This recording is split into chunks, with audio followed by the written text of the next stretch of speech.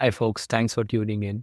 So today we're going to talk about how you can add an authentication layer to the chatbot product. So in the previous episodes, we created a basic chatbot product which leverages OpenAI to help you answer simple questions by uploading your own files.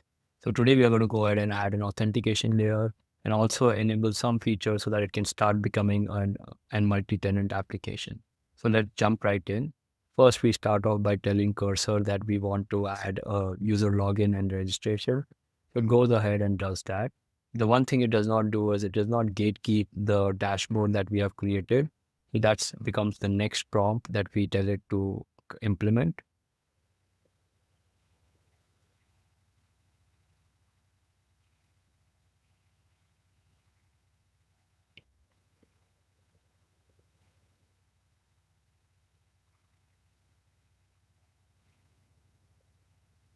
Once that is done, you should be able to see a login and registration screen.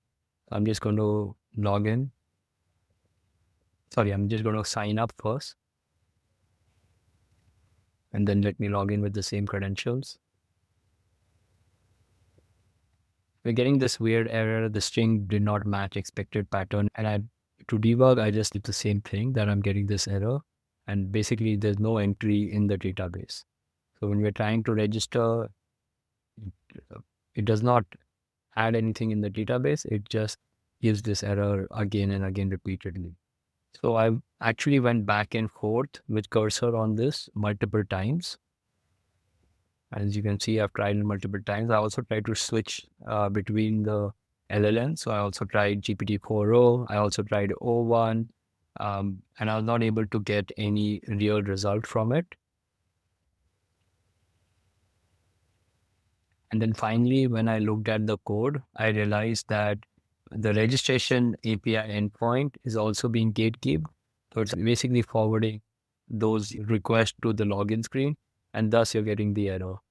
Kind of highlights that sometimes the LLM is not able to fix such issues and you need to kind of deep dive a little bit on your own.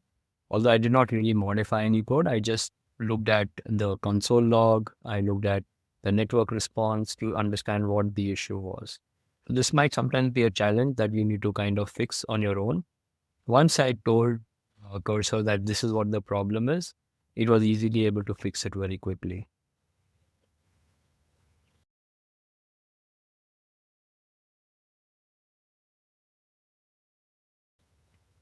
Now let's go ahead and try and register an account. And now let's check the same thing in our database. As you can see, it's present in the database. And now I'm able to sign in. So looks like the sign in part might be working, but it's not redirecting me to the relevant pages. So let me see if it's a similar problem to what we faced with the sign up screens. It doesn't seem to be redirecting, doesn't seem to be an error there. So let's try and prompt it again and see if we can fix this issue.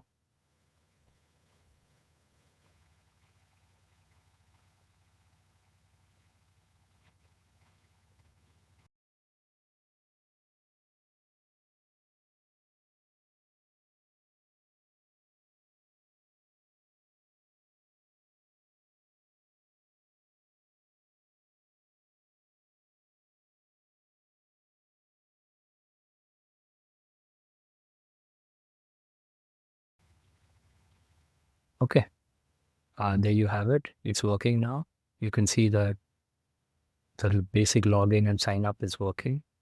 What we want to do next is now we want to kind of fix it for a multi-tenancy so that if user one logs in, they get a different set of bots and files. If user two logs in, they get a different set of files.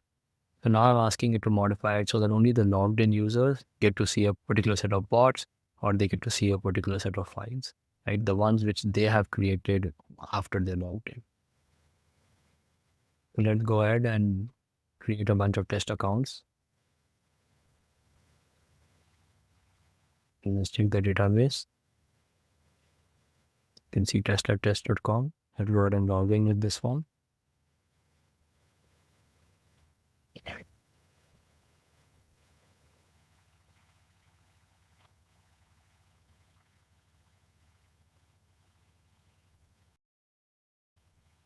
Oops, looks like there is some error.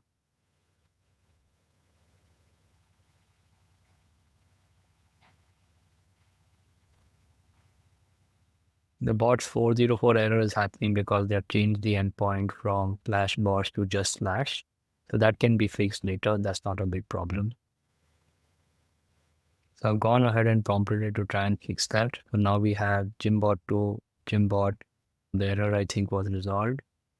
So let's go ahead and create another user. I'm